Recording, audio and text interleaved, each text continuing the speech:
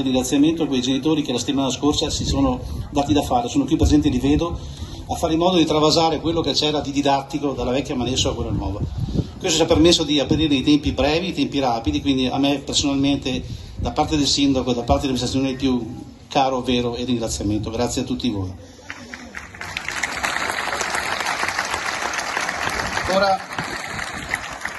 Ora mi tocca l'impegno un po' gravoso, forse la persona meno degna o la più indegna, visto che il nostro Luca Zaia non è presente con noi, quindi ho l'incarico di leggere una sua lettera.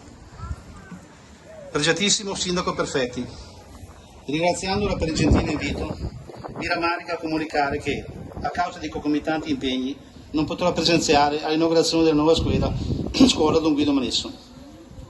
Desidero tuttavia esprimere la mia vicinanza all'evento e soprattutto all'intera comunità di Galliera, che in questo giorno importante e dalle forti valenze identitarie potrà festeggiare un plesso scolastico all'altezza delle aspettative.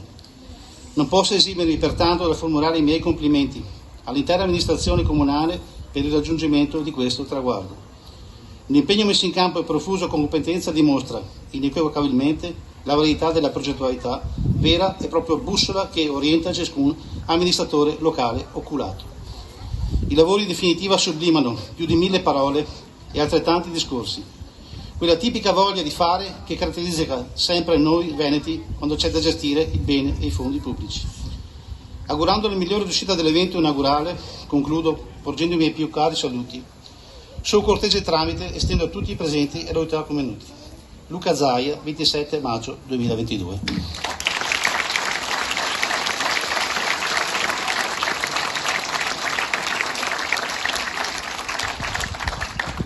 Personalmente ho a cuore una cosa che volevo dire, che mi sento mia personale, da quale responsabilità mi assumo, è che oggi non siamo qui per strumentalizzare l'evento e non vogliamo essere nemmeno strumentalizzati. Qui non si fa distinzione di partito, giubba, colore, giubbetto, elmetto. Questa è un'opera portata a compimento e iniziata dalla precedente amministrazione e portata a compimento da questa. Per il bene di chi lavora la mattina, si alza, si prende il pane, suda e mantiene la famiglia e manda i figli a scuola.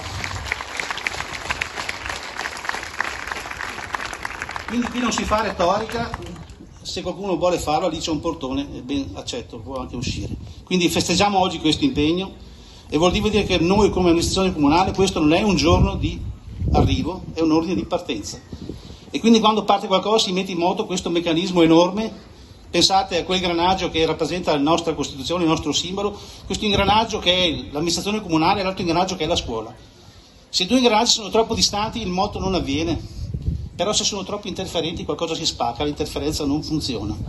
Allora il punto di contatto ideale, lo dice la parola stessa, è il contatto che quotidianamente avviene ogni giorno. Questa amministrazione non può essere smentita dal fatto che non sia presente a scuola ogni giorno. Al di là di quelle sono le lettere e i comunicati ufficiali che la legge prevede che ci siano, a volte basta una telefonata. Ho la fortuna di passare di qui 4 volte al giorno perché lavoro qua a 10 metri, quindi guardare lo sguardo dell'insegnante e capire che tutto va bene o c'è qualcosa che non va è un valore aggiunto.